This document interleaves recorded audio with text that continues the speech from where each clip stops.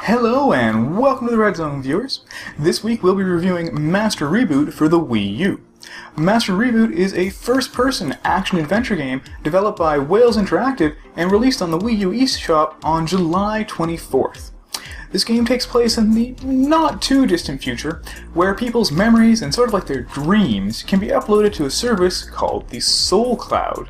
And this all sounds really cool because it lets you share your memories or relive your memories pretty much anytime you want, and that's a great idea.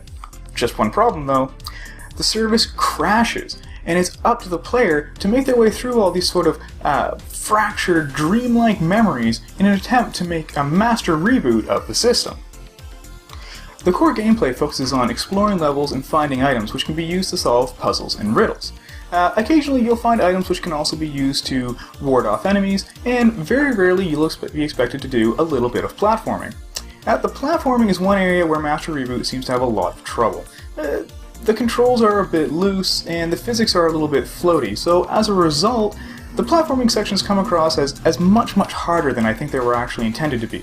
But luckily, you won't be doing too much of this. Like I say, the core gameplay really focuses around level exploration and puzzle solving.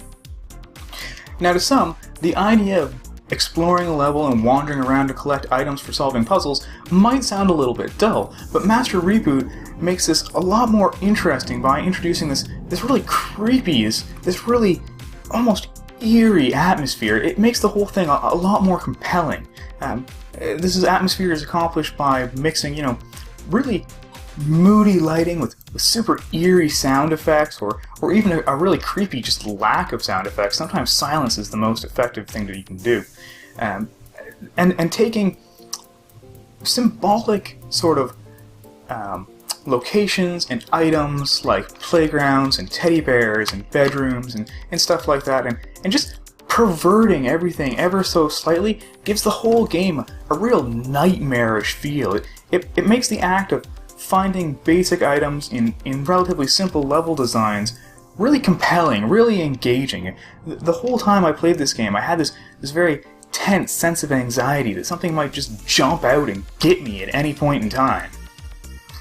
Another thing I liked about this game was the art direction. It's a really good example of how you don't necessarily need good graphics to have a good-looking game.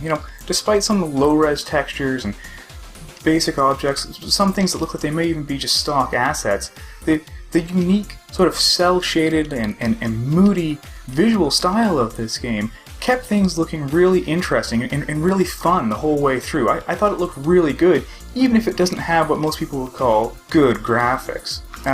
Another example was the cutscenes. These are shown to players as still 2D images. They look almost like they may have been taken out of a Flash cartoon, and to some that might seem odd or even low budget. And maybe it was a bit of a cost-saving measure, but in the end I think it did a really good job of creating this dichotomy between the real memories, which were supposed to have been uploaded to the Soul Cloud, and the nightmarish corrupt memories that the players actually get to play through and experience. I guess to some, it could be a little polarizing, but personally, I really enjoyed the art direction in this game. Overall, the puzzles are too easy, the game's too short, the physics are clunky, the controls are floaty, and the graphics are about a decade behind. But, keep in mind, the plot's really interesting, the atmosphere is just wonderfully eerie, and the art style overcomes the graphical limitations, in my opinion. It's still a fun game to play. Overall, I'd give Master Reboot for the Wii U a 6 out of 10. It's a good game at its core, but it's really lacking in polish and depth. That said, I'm really interested to see what other games Wales Interactive will bring to the Wii U in future.